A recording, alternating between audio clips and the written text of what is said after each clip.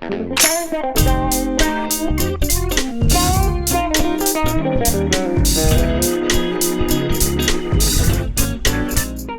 it going? Brian Ewald here at the PRS booth at NAMM 2017 with AMS.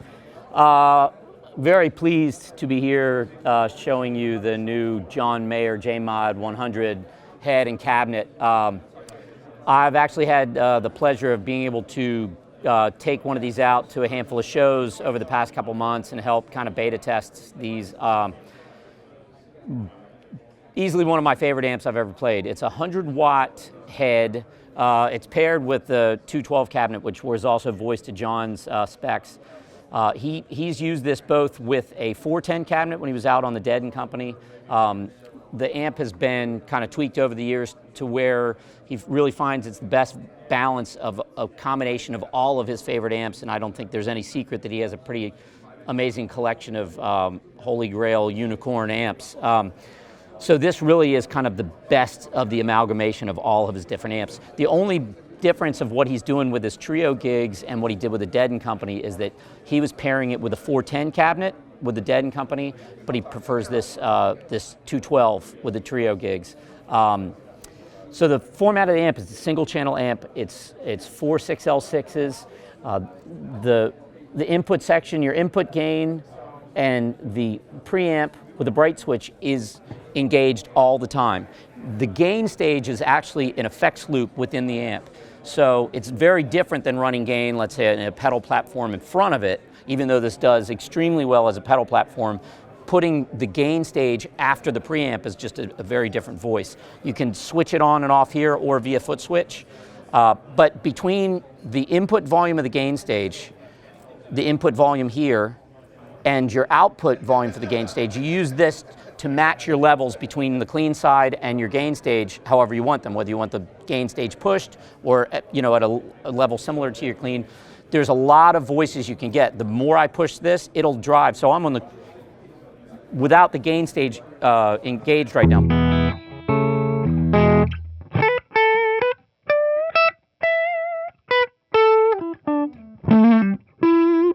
If you notice, if I dig in,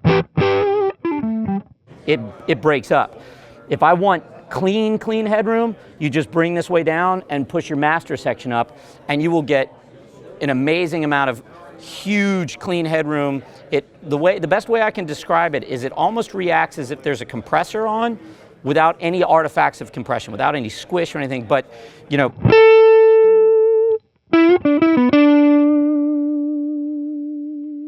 don't get the typical spike of a note and then your sustain is down here that you get on a clean channel. It's that it reacts as if you've got gain on your amp but without being gainy. Obviously, if you listen to John Mayer's playing and his tones, he was going for the sound that he's utilized his amps in a way to get a tone that obviously has been quite sought after. This amp is really a collaboration between Paul and Doug Sewell and John to achieve those sounds, and then additional sounds, the gain sounds that his Dumble steel string singers don't have any sort of gain stage in them. If I engage this,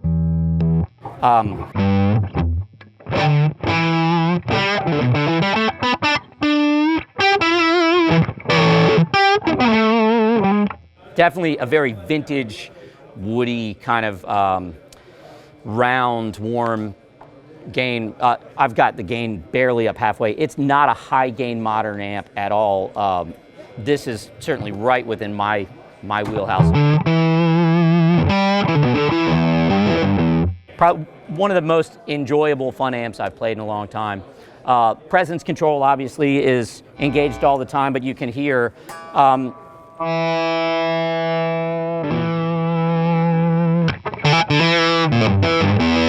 there's a lot of range to the presence. It's not a subtle change, but it's really usable across the sweep. This last switch right here is a foot switch. Whether you engage the effects loop via foot switch or with this little toggle in the front. So there's no verb on this amp. John opted to use, he has outboard reverbs that he really loves.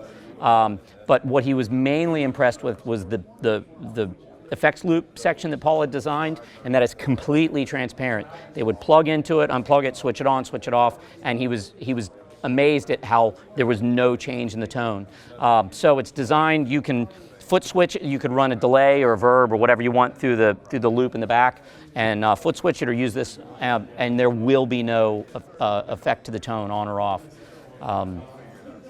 Just a really amazing sounding amp, a very high-end piece of audio gear, as Paul likes to say.